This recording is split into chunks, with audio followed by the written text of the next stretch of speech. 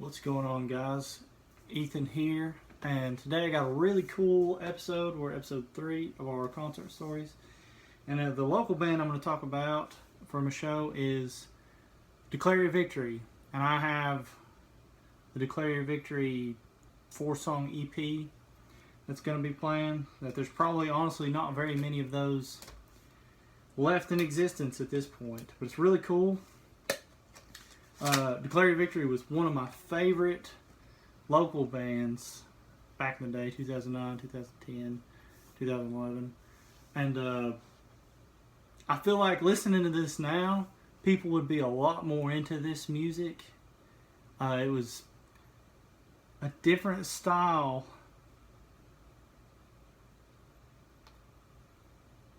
than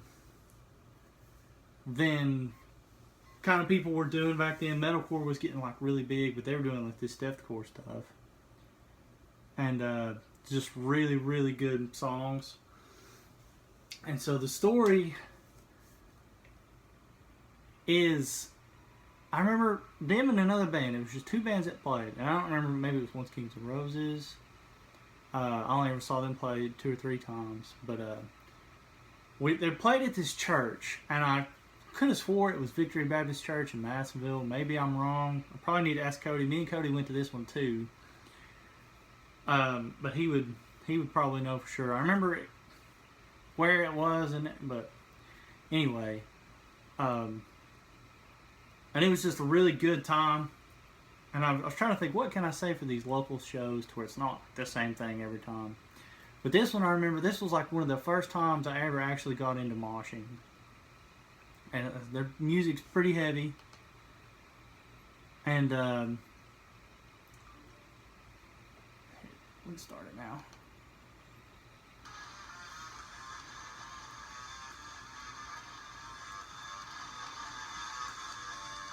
It's just 4 songs in 10 minutes, so you might hear it a couple of times.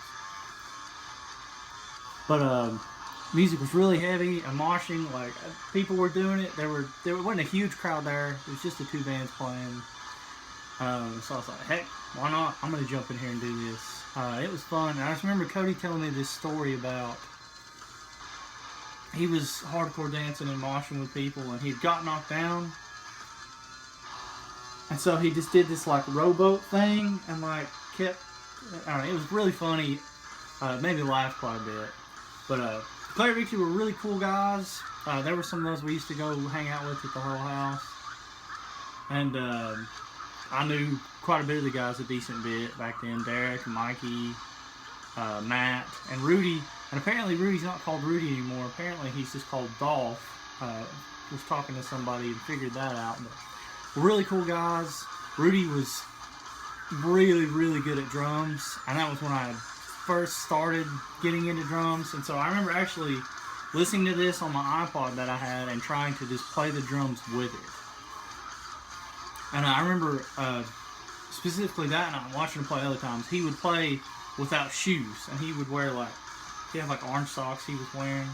And I always thought that was kind of, so at home I always played without shoes. But any shows I've ever played, I've never played without shoes.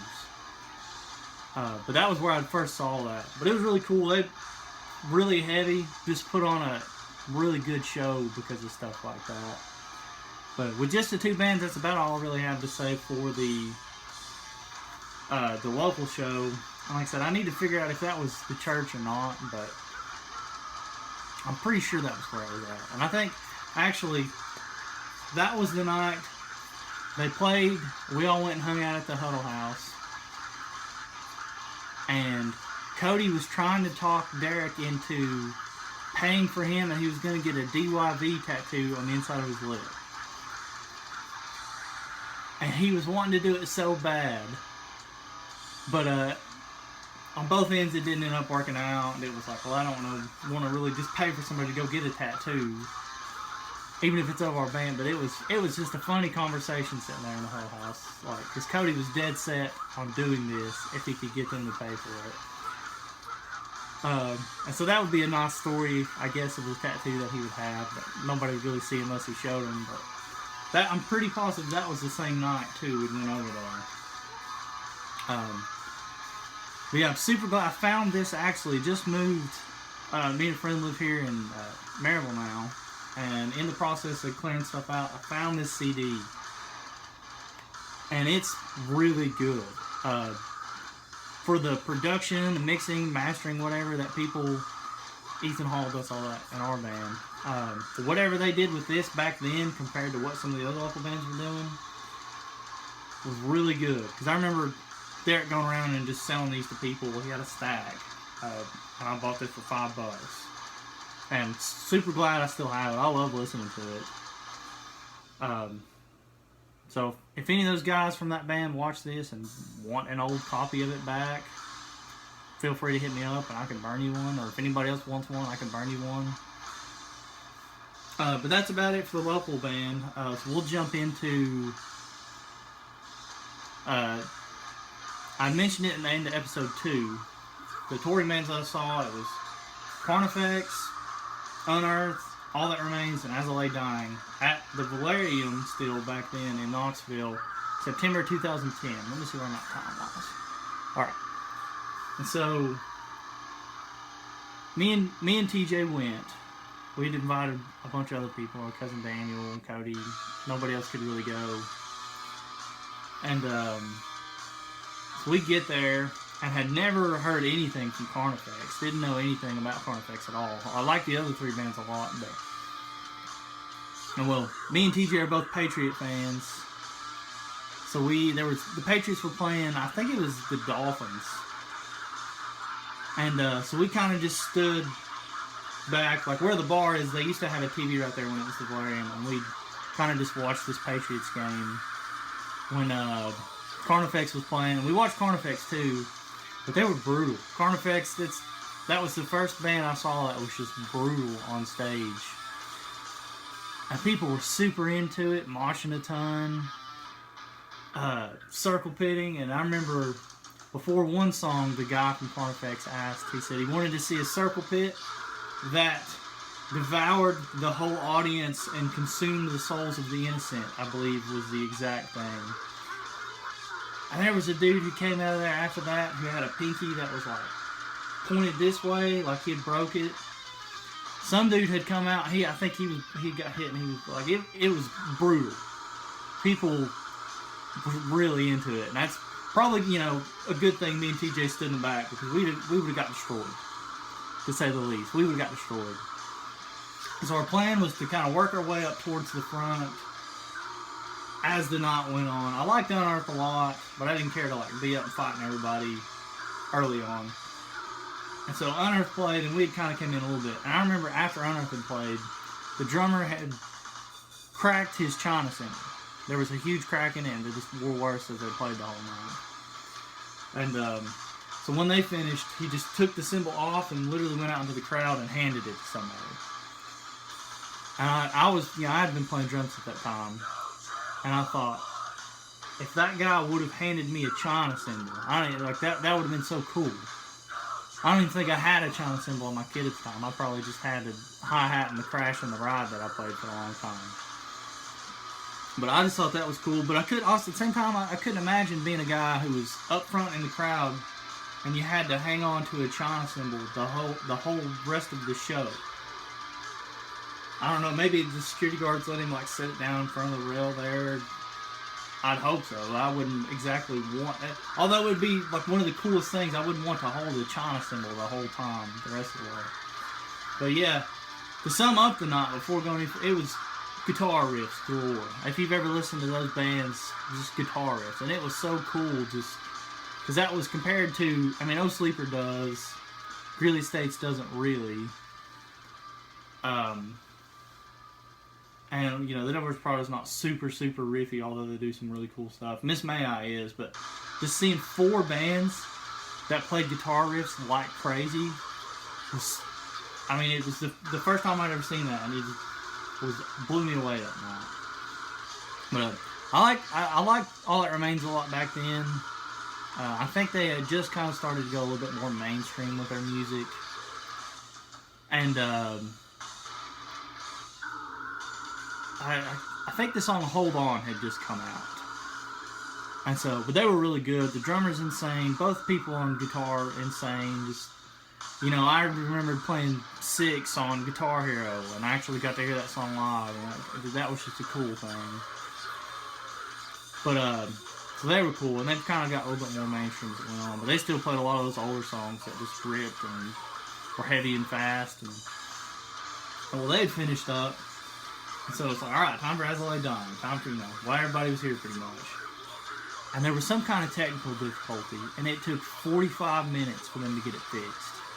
So we stood there, just everybody packed, because we had worked our way up, so we were pretty close, and everybody just packed in there, had to stand there for 45 minutes. And I remember my back hurting so bad, and it was just brutal. I was like, is this even worth it to like stand here and wait? Well, they come out, and they're just, I mean, if you ever saw As I Lay Dying back in the day, I mean, everybody know what happened with Tim and going to prison and whatnot. Put on a really good show. I mean, people were just really into it. Moshing the whole time. Super guitar riffy. I remember Jordan played a drum solo on that. I might try to, when I post this, I might try to find a video of that, because I remember watching it once upon a time from that tour. That just was really cool, blew me away. I mean, just what he did with it. He's a super good drummer anyway.